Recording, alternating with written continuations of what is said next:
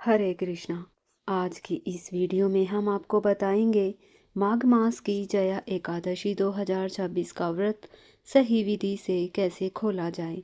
जया एकादशी व्रत को खोलने का सही समय और सही तरीका क्या है, व्रत खोलने की पूजा विधि क्या होगी और एकादशी व्रत का पारण करते समय कौन सी ऐसी गलतियां हैं जिन्हें भूलकर भी नहीं करनी चाहिए। यदि आप यह सभी महत्वपूर्ण बातें जानना चाहते हैं तो वीडियो को अंत तक अवश्य देखें। जया एकादशी साल में आने वाली सबसे बड़ी और खास एकादशियों में से एक मानी जाती है, क्योंकि इस दिन जिस नए कार्य की शुरुआत की जाती है उसमें भगवान श्री हरि विष्णु की कृपा से अवश्य सफलता मिलती है।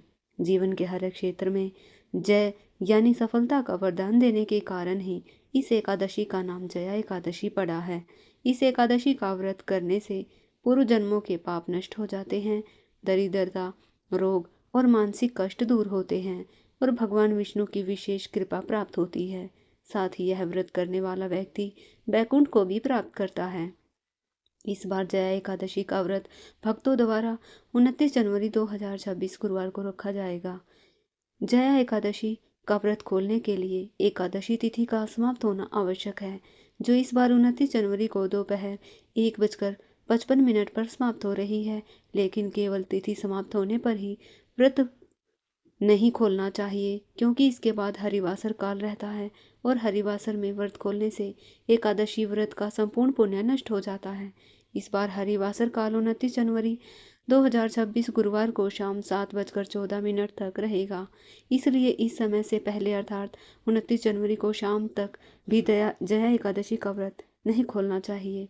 एकादशी का व्रत केवल द्वादशी तिथि में ही खोला जाता है। जया एकादशी के बाद द्वादशी तिथि 29 जनवरी को दोपहर 1:56 से आरंभ होकर 30 जनवरी 2026 शुक्रवार को सुबह 11:09 तक रहेगी। 30 जनवरी को ब्रह्म मुहूर्त सुबह 5:35 से 6:23 तक रहेगा। सूर्योदय सुबह 7:11 और सूर्यास्त शाम 6:08 तक रहेगा।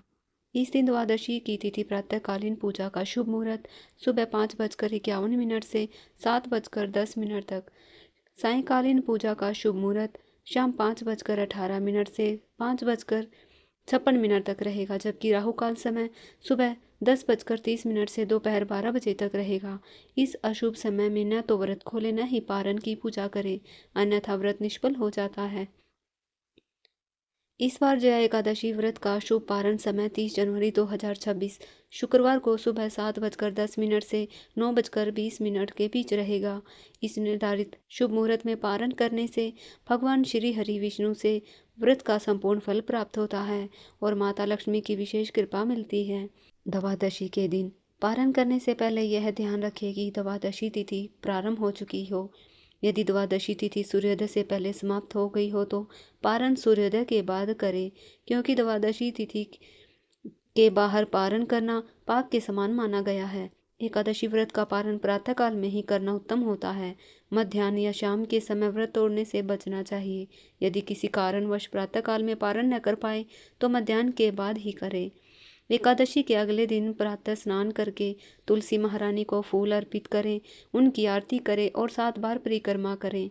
फिर भगवान विष्णु के पूजन हेतु तुलसी के पत्ते लें।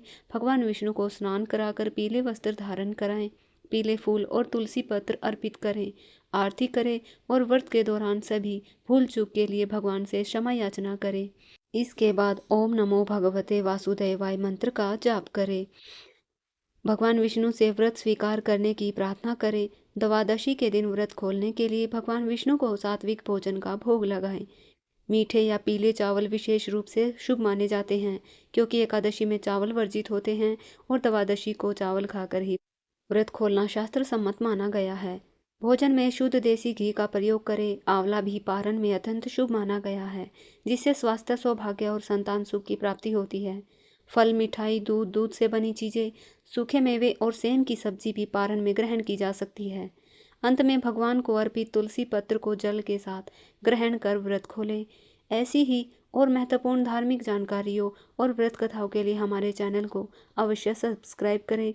जय श्री हरि विष्णु।